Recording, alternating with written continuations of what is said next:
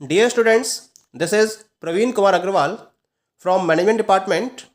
Welcomes you in my today's lecture of Managerial Economics.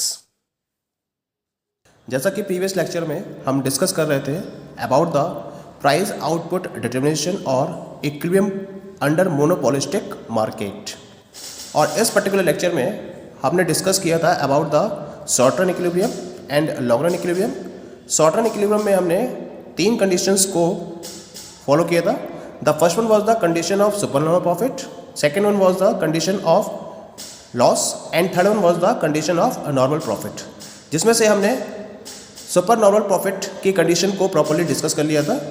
आज के lecture में मैं आपसे डिस्कस करूंगा कि एक पर्टिकुलर फर्म किस तरीके से लॉस की कंडीशन को रिप्रेजेंट कर सकती है. तो यहाँ एक डायग्राम मैं आपके सामने रिप्रेजेंट करूंगा, and in this diagram as you are looking here, the second situation is representing the suffering losses. यानी कि शॉर्ट रन सिचुएशन में मोनोपोलिस्टिक मार्केट में कुछ फर्म्स ऐसे भी होंगी जिनको लॉस हो रहा होगा. लॉस कब होगा? जब उनका एवरेज रेवेन्यू उनके शॉर्ट रन एवरेज कॉस्ट से कम होगा, तब ये फर्म्स लॉस को भी इनकर कर रही होंगी. यानी कि the average revenue of the monopolistic firm is less than short run average cost curve, then in such a situation the firm will be incurring loss or suffering loss. अब हमें किसी पर्टिकुलर मोनोपोलिस्टिक फर्म के loss को किस तरीके से represent करना है, इसके लिए मैं एक डायग्राम यहाँ रिप्रेजेंट कर रहा हूँ. As you are looking in this diagram, I have represented output on the X axis and price revenue and cost on the Y axis. इस पर्टिकुलर कर्व में हमें लॉस को डिटरमाइन करने के लिए दो कर्व्स की रिक्वायरमेंट होगी. The first one is the revenue curves and second one is the cost curves. तो in this diagram you are looking, this is the average revenue curve of the firm, AR से represent किया है मैंने इसको, and this is the marginal revenue curve of the firm, जिसको मैंने MR से represent किया है. अब हमें रिक्वायरमेंट होगी कॉस्ट कर्व्स की. तो this is the short run average cost curve, जिसको मैंने SAC से रिप्रेजेंट किया है. इसको मैंने एवरेज रेवेन्यू कर्व से अबव रिप्रेजेंट किया है. क्यों? क्योंकि यहाँ हमें लॉस की कंडीशन को रिप्रेजेंट करना होगा, और लॉस की कंडीशन में एवरेज कॉस्ट एवरेज रेवेन्यू से अबव होगा. That is clear. Now we have to go for SMC, short run marginal cost. तो ये क्या करेगा? ये शॉर्ट रन एवरेज कॉस्ट को उसके लोएस्ट पॉइंट से इंटरसेक्ट करते हुए अबव डायरेक्शन में मूव करेगा. तो this is the situation of the SMC curve. Now we are having all these four curves: average revenue curves, marginal revenue curve, short run average cost and short run marginal cost curve. अब क्या करना है हमें? अब हमें condition of equilibrium को यहाँ fit करना है. क्या है condition of equilibrium? Marginal revenue must be equal to the marginal cost. This is the marginal cost curve of the firm and this is the marginal revenue curve of the firm. Both are intersecting at the point E. This point E is known as the equilibrium point. इसे हम equilibrium point के नाम से जानेंगे. ठीक है. अब क्या करना है मुझे? इस इक्विलिब्रियम पॉइंट के करस्पॉन्डिंग एक परपेंडिकुलर को ड्रॉ करना है. ये परपेंडिकुलर मैंने ड्रॉ करा. ये एवरेज कॉस्ट कर्व को B पॉइंट पर कनेक्ट कर रहा है, एवरेज रेवेन्यू कर्व को A पॉइंट पर कनेक्ट कर रहा है, और X एक्सिस को Q पॉइंट पर कनेक्ट कर रहा है. इसका मतलब जो OQ है, it will be the equilibrium output. Clear? BQ ये एवरेज कॉस्ट को रिप्रेजेंट करेगा, क्योंकि ये एवरेज कॉस्ट कर्व को कनेक्ट कर रहा है. It means BQ will be the average cost of the firm, and this is equal to OC in the diagram. ये BQ की जो वैल्यू है, जो एवरेज कॉस्ट को रिप्रेजेंट कर रही है, it will be equal to OC. और जो फर्म का एवरेज वैल्यू है, it will be equal to AQ, क्योंकि ये particular straight line AR curve को A पॉइंट पर कनेक्ट कर रही है. तो इसका करस्पॉन्डिंग मेरे पास पॉइंट P आया है. इसका मतलब जो AQ की वैल्यू है वो OP के बराबर होगी. इसका मतलब फर्म का जो एवरेज रेवेन्यू है वो AQ के बराबर, और इसको OP के बराबर ही हम शो कर सकते हैं. और जो फर्म की एवरेज कॉस्ट है वो BQ के बराबर होगी, जिसे हम OC के बराबर भी कह सकते हैं. क्लियर? अब यहाँ मुझे दिखाई दे रहा है जो एवरेज कॉस्ट है वो एवरेज रेवेन्यू से ज़्यादा है. ज़्यादा है इसका मतलब अगर मुझे लॉस पर यूनिट डिटरमाइन करना है, तो उसके लिए एवरेज कॉस्ट में से एवरेज रेवेन्यू को सब्ट्रैक्ट करना पड़ेगा. एवरेज कॉस्ट है OC, एवरेज रेवेन्यू है OP. OC minus OP, OC minus OP. तो डायग्राम में किसके बराबर है? It is equal to PC.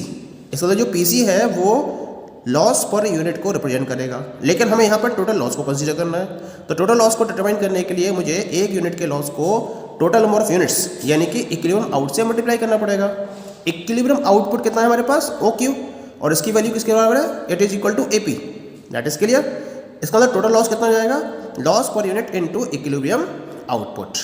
It means PC loss per unit है और एपी है equilibrium output, PC into AP. Now come to the diagram, PC into AP.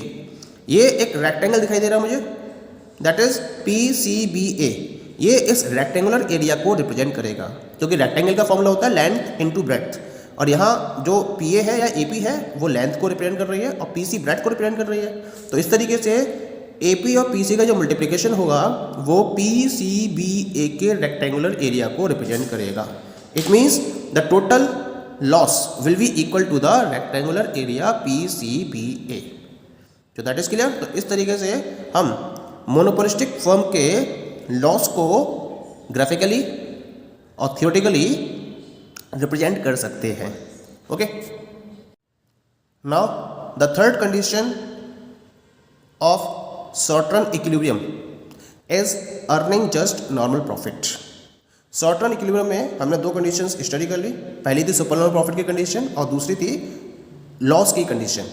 अब हमें शॉर्ट रन में तीसरी कंडीशन को डिस्कस करना है यहाँ पर, जिसमें कुछ मोनोपोलिस्टिक फर्म्स ऐसी होंगी जिनको केवल और केवल नॉर्मल प्रॉफिट ही अर्न हो रहा होगा। नॉर्मल प्रॉफिट की कंडीशन क्या है? फर्म का एवरेज रेवेन्यू जब उसके शॉर्ट रन एवरेज कॉस्ट के बराबर होगा तो ये नॉर्मल प्रॉफिट की कंडीशन कहलाएगी। यहाँ कुछ पर्टिकुलर प्रॉफिट मार्जिन फर्म अपने एवरेज रेवेन्यू में इस तरीके से इंक्लूड कर देती है जिससे कि वो अगर शॉर्ट रन एवरेज कॉस्ट की इक्वल भी रहता है तो भी वो नॉर्मल प्रॉफिट अर्न करने की कंडीशन में रहती है। ठीक है, नॉर्मल प्रॉफिट को हम किस तरीके से रिप्रेजेंट कर सकते हैं in reference of a monopolistic firm. इसको मैंने एक डायग्राम में रिप्रेजेंट किया है। In this particular diagram you are having average revenue curve जिसको मैंने AR से रिप्रेजेंट किया है, मार्जिनल रेवेन्यू कर्व जिसको मैंने MR से रिप्रेजेंट किया है। अब मुझे क्या चाहिए? Short run average cost curve, क्योंकि एवरेज रेवेन्यू और एवरेज कॉस्ट दोनों इक्वल है, इसी वजह से मैंने एवरेज कॉस्ट कर्व को एवरेज रेवेन्यू कर्व के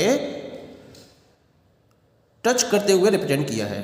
it means that average revenue curve is tangent to the SAC curve at the point A। A point पर एवरेज कॉस्ट और एवरेज रेवेन्यू दोनों क्या है? इक्वल है। मैंने क्या करा? इस पॉइंट से एक परपेंडिकुलर ड्रॉ कर दिया। अब मुझे मार्जिनल कॉस्ट कर्व चाहिए, तो मार्जिनल कॉस्ट कर्व को मुझे क्या करना है? इस मार्जिनल रेवेन्यू कर्व और इस पर्टिकुलर लाइन के इंटरसेक्शन से रिप्रेजेंट करते हुए या पास करते हुए शो करना है। ठीक है, तो इस तरीके से मैं SMC कर्व को रिप्रेजेंट करूंगा।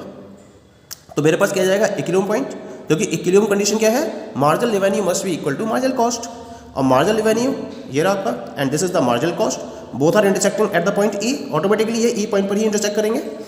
अब इस E पॉइंट करस्पॉन्डिंग आप परपेंडिकुलर ये पहले ही ड्रॉ कर चुके हो। इस परपेंडिकुलर का जो A पॉइंट है वो SAC कर्व को भी कनेक्ट कर रहा है और AR कर्व को भी कनेक्ट कर रहा है, और इसके करस्पॉन्डिंग मैंने एक परपेंडिकुलर ड्रॉ करा है वाई एक्सिस पर, ये इसको P पॉइंट पर कनेक्ट कर रहा है। तो इसका मतलब जो इक्विलिब्रियम आउटपुट है वो किस बराबर हो जाएगा? OQ के बराबर हो जाएगा। अब बात करते हैं एवरेज रेवेन्यू की। एवरेज रेवेन्यू किसके बराबर होगा? AQ के बराबर होगा and this is equal to OP। Average cost भी AQ के बराबर होगा, क्योंकि एवरेज रेवेन्यू और एवरेज कॉस्ट दोनों एक ही पॉइंट A पर टच कर रहे हैं, यानी कि A पॉइंट पर दोनों इक्वल है। तो इसका मतलब एवरेज कॉस्ट भी AQ के बराबर होगा and it will be equal to OP। तो in this diagram you have average revenue equal to AQ and that is equal to OP and average cost is equal to AQ and that is also equal to OP।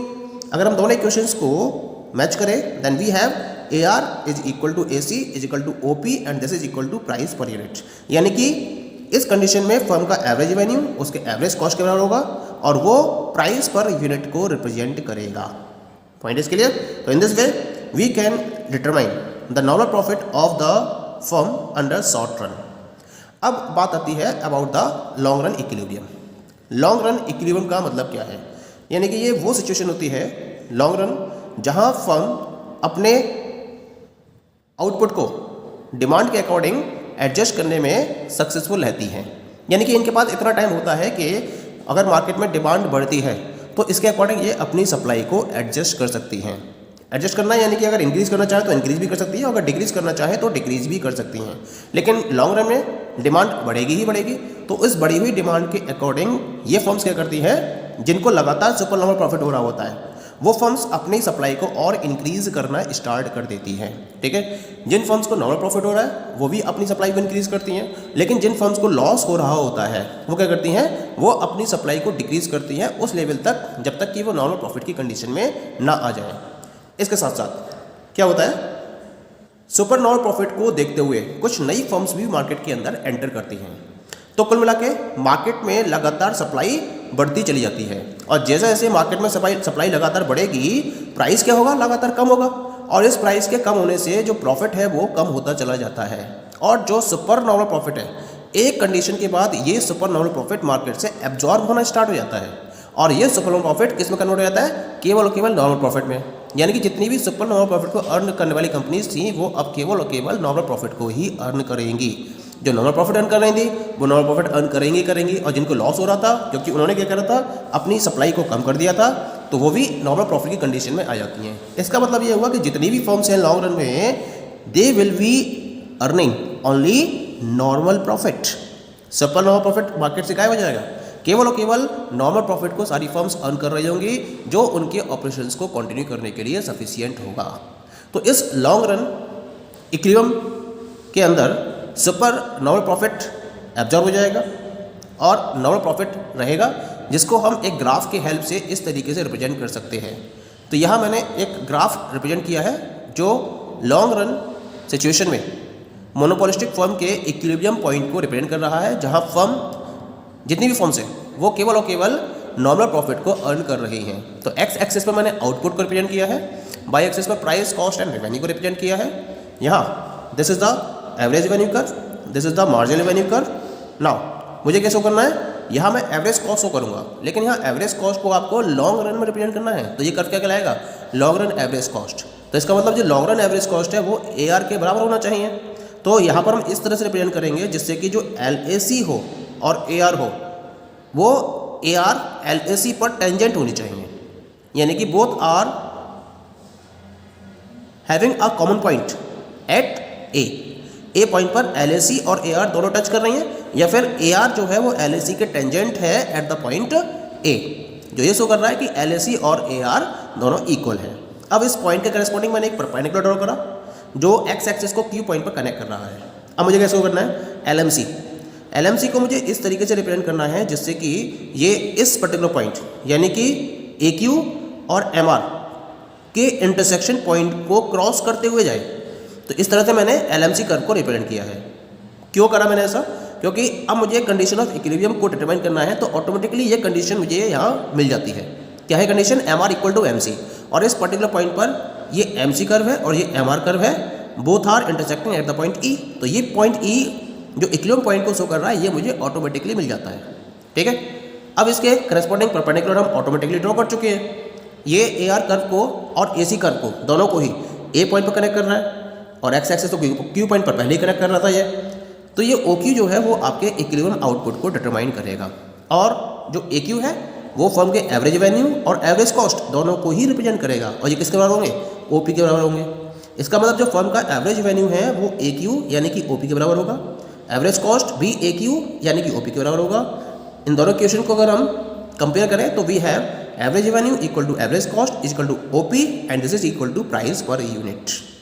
Clear, इसका मतलब ये monopolistic firm की normal profit situation को represent कर रहा है in the long run. Okay, thank you.